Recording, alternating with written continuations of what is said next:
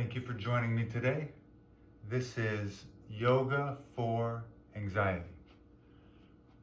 The first asana we'll do is Tadasana, and the actions today are about the shoulders and the back bottom ribs. These are the back bottom ribs, where the back ribs are closest to the kidneys and where they are closest to the hips. We start from the front shoulder to the top, down to the back, and then once you feel the shoulder blades lock into place, into the body, then you'll feel these back bottom ribs engage, and that's where we want to move forward. So we'll start with Tadasana, feet together, toes in line with each other, inner heel to inner heel, mound of the big toes together touching, and palms to your sides. And I'm just standing like a mountain, very stable, very strong, like immovable. Now, I want to start turning the arms. So for today's Tadasana, turn the whole arm so the palm turns out. Even though the palm turns out, the action that you really want is on the upper arm, near the shoulder. So when the shoulders turn out like that, you can easily feel the skin of the front shoulder move to the top, down to the back, down to the shoulder blade, and bring the fingertips down, but keep that chest lifted, sides of the chest lifted. Breathe. Have a soft, smooth breath throughout. Then we'll focus on Uttanasana. Get your feet a little apart, hip distance or so. Then, when you have the feet hip distance or so, you're going to extend forward. Even hold this position for a moment as the chest faces the floor, because the spine extends forward. The only reason you go down is that you extend the bottom floating ribs forward and then down. And see if you can get into this concave back position. The concave back is when the bottom floating ribs move forward and the tops of your thighs move back, and you'll feel the whole lower back relax. Now, one of the big lessons of anxiety sequencing is the head rests. You'll feel relaxed when the front brain rests underneath the back brain. So I'm going to get some blocks here. And first I'll place my hands on the blocks to extend the spine, and then you drop and release the head down. So you extend the spine forward, side ribs forward, the whole spine forward. Then, when you place the hands down, breathe and take a few moments to concave your back. And you relax the head down. Now you can easily just stack your blocks and rest your head down too. It's very nice. You can get the legs wide if you need to, because soon with Prasarita Padottanasana, the next pose, you're going to be getting the legs wide. So you go as wide as you need to get the legs to stretch, the knees to lift, the legs to extend. You can see right now I'm holding my legs with my hands, with the elbows bent out to the sides, because my goal after I extend the spine forward is to rest the head down. This is Uttanasana. Once I finish the Uttanasana, I want to get the legs wide apart, so again I can bring the whole body down and the back of the neck can relax to the base of the skull down towards the floor. It's really important for us to do that when we want to relieve the tension that arises from anxiety. So I have my blocks just in case I need my head to rest. I'm going to get my mat back like that so you can see my feet. Then first my hands are on my hips. This is called Prasarita Padottanasana. And the legs are wide, and yet the inner edges of the feet are parallel. And if I feel like I really want to lift my knees, the first thing you need to do is lift your inner ankles. Go forward, hands down, concave your back, and extend your arms and legs. Breathe. As you move the thighs back, you concave the back and move the chest forward. And bring the thighs back so much and the chest forward so much that you feel like the weight is more on your toes. Then you rest the head down. And as you rest the head down, you lift your shoulders up. Now we're getting into the inner shoulders, lifting higher and higher than the outer shoulders. And when you feel the head relax down, the brain goes soft. The back of the brain rests on the front brain. Feel free to stay in it long enough that the head can touch the floor. And I'm bringing my elbows towards each other. And there's a very good strong stretch in the legs, so that relieves the tension as well. Breathe. And then as you come up, you get, the legs are like pillars. Like the pillars on one of those government buildings. You know, almost, you can see this in different places of the world. There's these very strong pillars. The legs are like pillars. Now we'll do Adho Mukha Svanasana, downward facing dog.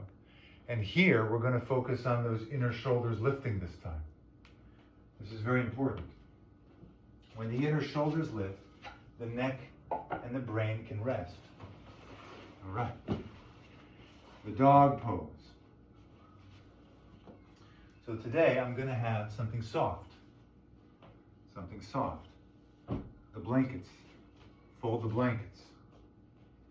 So here, I'm going to bring my chest forward from Tadasana, place my fingertips down on the floor, and keeping my heels down, keeping my heels moving back, I slowly walk the hands forward and stretch the legs. And then rest the head. The heels are like off the floor, but they're really trying to get back down on the floor. And that outer heel is moving down faster than the inner heel so that my inner ankles lift. But my focus is on relaxing the forehead, the top of the head, the crown of the head down, and lifting the shoulders so the back of the neck can relax.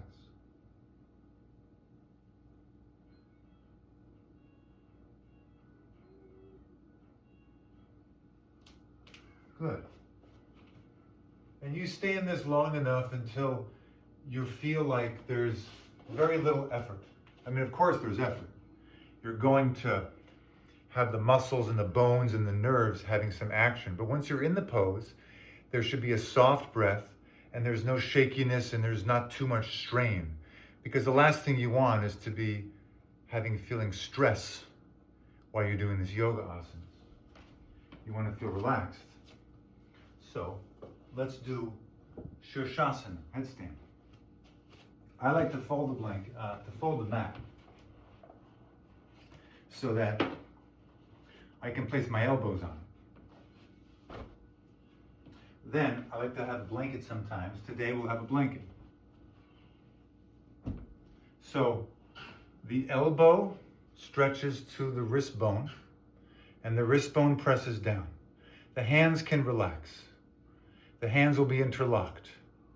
The elbows go below the shoulders, and then you place the crown of the head down, and the weight should be eventually on the head, but because we want to balance, we use the arms. So first I get the elbows down, then I stretch that bone to the wrist bone, then I interlock my fingers, place my head down. As soon as I lift up my knees, I can feel the weight on my head. So I press the elbows down to lift the spine, lift the shoulders. And I walk in until my heels are lifted, until almost I come off the floor with my feet. Now you can jump, or you can lift the legs up like that, and you can hold that position it is really your choice how to get up.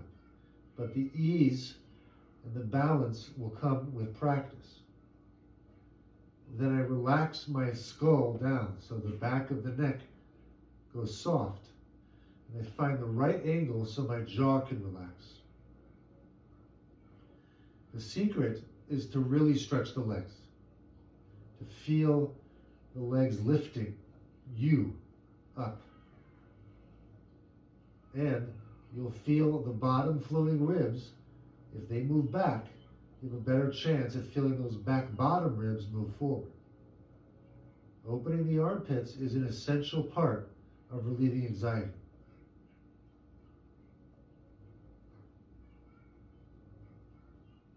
You gently come out. You can stay in for as long as you need. You can go against the wall. You just need to Really see where you're at with these asanas. You can do some Uttanasana right afterwards.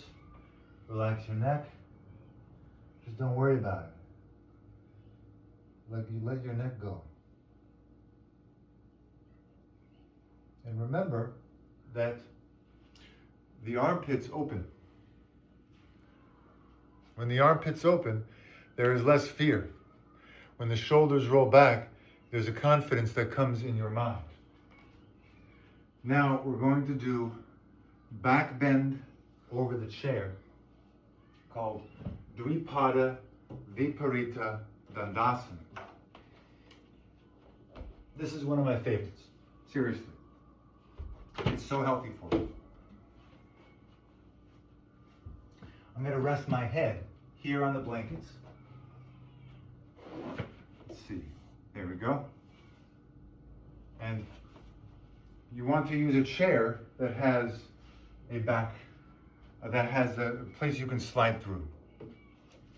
Once you slide through, basically you have the buttocks on the chair, but the legs off the chair. And then you'll find your way to placing the back of those bottom of the shoulder blades on the front edge of the seat of the chair.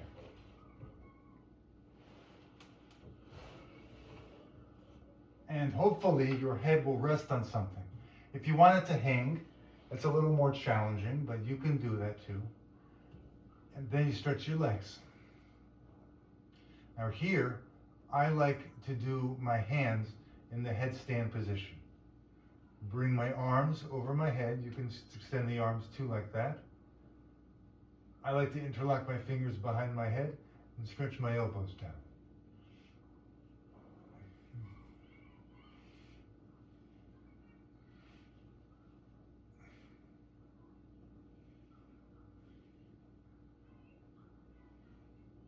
You can also grab onto your chair. Feel stable.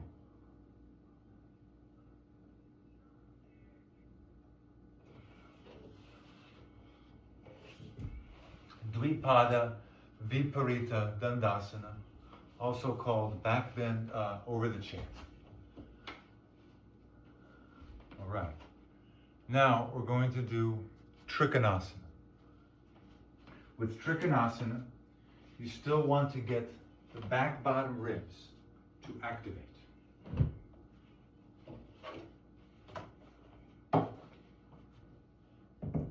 I get my mat.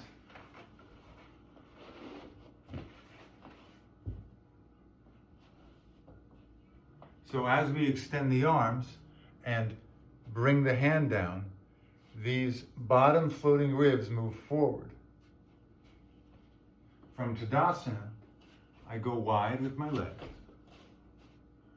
Then I bring the right leg out, turn the back foot in, keep the chest facing forward, and extend the spine to the right side.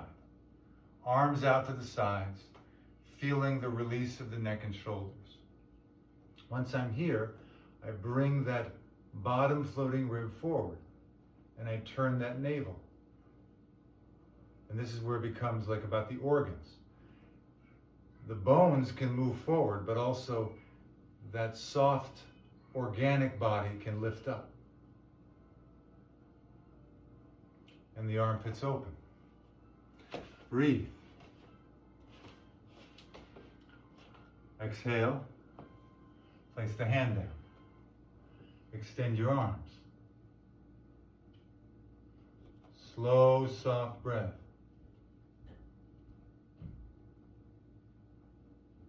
Turning your whole chest, abdomen, navel, up to the ceiling. All right. Then today with our Ardha Chandrasana, I'd like you to place your hand on your hip, and we're going to work on just turning that chest up. So you go into Trikonasana. Once you're in Trikonasana, you bring your hand down, hand goes down on the hip, and you bring your foot out, and you lift up. Just shift this a little so you can see me. And you lean, you rest your balance onto the hand, onto the foot. You push that leg out. You turn that chest. Rotate the spine up. And as you move that shoulder blade forward, that's how you slowly get rid of that, free of that tension, that anxiety. You know, anxiety is produced mostly by, we are scared. Have fear of the unknown. We have fear of the future. All these different thoughts go on. And then it manifests in certain places of the body. Now, if you can find those places of the body where it manifests in your body, that's great. You know where to go. But sometimes we don't know where to go. So in this sequence, we're learning how we can find it here, that circularizing. It's like a circle. And as you circularize that energy, you can move that back bottom rib forward. Extend your arms. Place the hand down. Breathe. Then you get the hand down here. And you lift up. And you see, my hand is there, but my chest is turning, rotating up to the ceiling. And I feel the balance on my foot and on my hand. Half moon pose. Ardha Chandrasana. Yes. Okay, now we're going to do the camel, Ustrasana. You're going to bring the side ribs up. It's almost like someone is holding these ribs and lifting them up towards the ceiling. I'm going to first place my blanket down because I like to be comfortable. Then, all I'm going to do is get the outer part, little toe side of my shin bone, and press it down. Once I press the outer part of that shin bone down, I lift up and I reach all the way back. All the way back. So, keep that alignment, walk the hands down the thighs. You can even stop here, right here. Then I reach back and I place my fingertips on the heels and I lift up.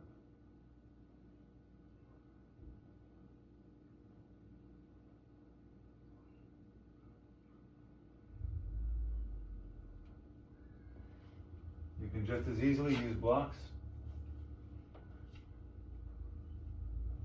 Same instruction. Shoulders above the hips, above the knees. Outer shin bones down, lift the chest.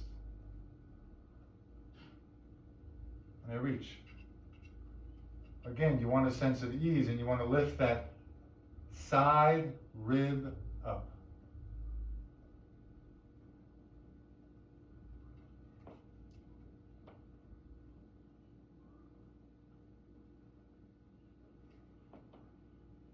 Good. Now it's time to place the head down. Here we go. I'm going to get my 3 blankets and my bolster. And I'm going to have the maximum amount of relaxation. This is called the child's pose. You're resting with your hips on your heels, your knees are apart, and you simply go forward and rest your forehead down.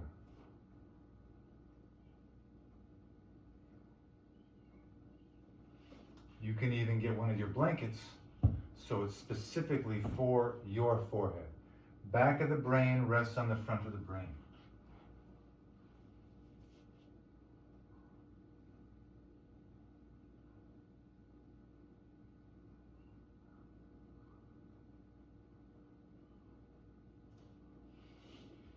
You'll even start to feel that the breath moves, not only feeling like it's from the lungs, from the bottom to the top, or however you feel, but it's also to the sides. And you can even feel the breath into your back lung. Now, the forehead's going to rest in a forward bend called Janu Shirshasana. So I sit down, and one leg stretches out, the left leg stretches out, the right knee is bent, and the right knee goes back. Feel free to sit on any kind of cushion. For me, I stack the blankets. I extend the spine forward, reach my hands forward, and rest my head down.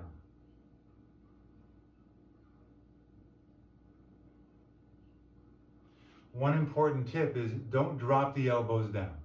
Keep the elbows lifted from the tricep so that your shoulders relax.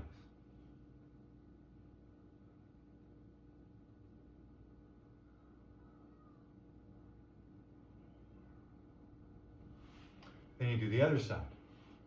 Pretty simply, let me show you. Stretch both legs forward, and as the right leg goes forward, the left knee goes back, and get your blankets and your bolster, and you rest your forehead down. There's a little bit of twist in this because the knee goes back, so you just turn the chest forward, extend the chest forward, and then rest your forehead down.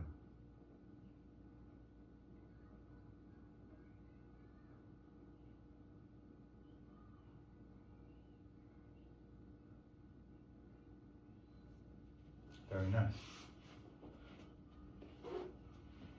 Then we're going to get the Baddha Konasana. Feet together, knees apart, head down. I like to use a chair with this, especially for those of us that are a little more stiff.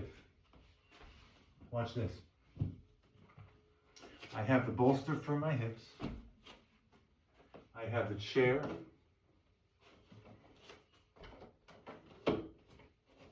And then I have the blanket for my head.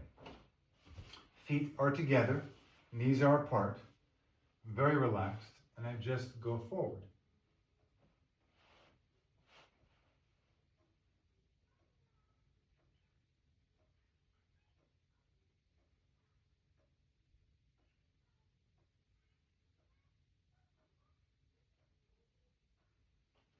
You stay in this for as long as you want. Then the sister to Baddha Konasana, this pose, is Upavishta Konasana. The legs go out straight. Why? The toes are pointing up. The kneecaps face the ceiling as well. And you extend the spine forward and rest your head.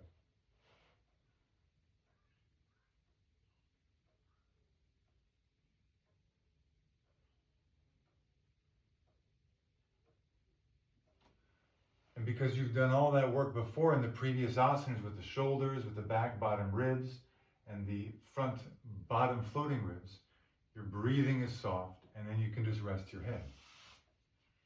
Now, we're going to do one more asana before our Shavasana. We're going to do our bridge pose, Setu Bandha Sarvangasana. I'm going to have some blankets for that. It's going to be a very relaxed version of the asana.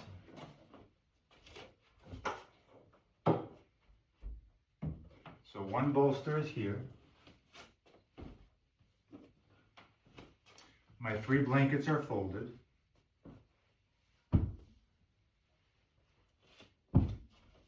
And I'm going to create a bridge. Then I'm going to see if I can get my belt.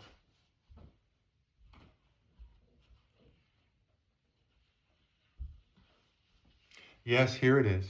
Here is my belt. And my belt is going to go around my thighs. So I sit down. I put the belt around my thighs. And I rest my head down. And my shoulders are not yet off of this. I just want to slide down. Slide down. Then my shoulders are off. Then I feel those back bottom ribs right at the edge. And I stop. Then I let my legs go, palms up, and relax.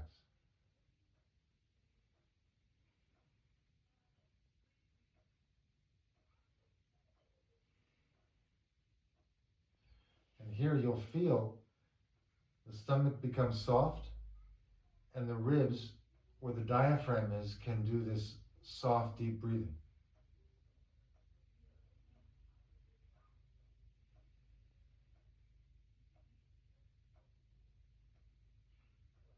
And the armpits are open and the palms are up. It's very easy. But it's also very profound. All right. Then, for Shavasana, we'll do the knees on top of these bolsters.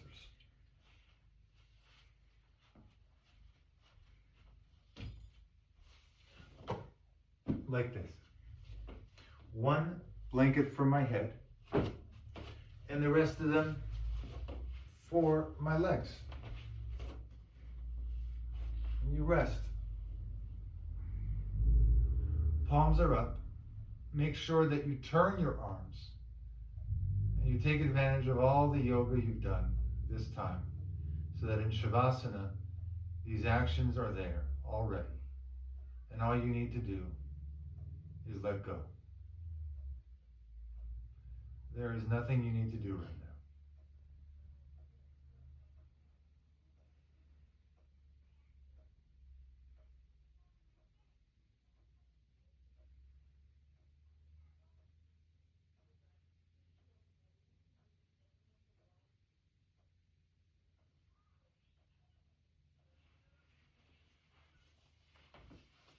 All right.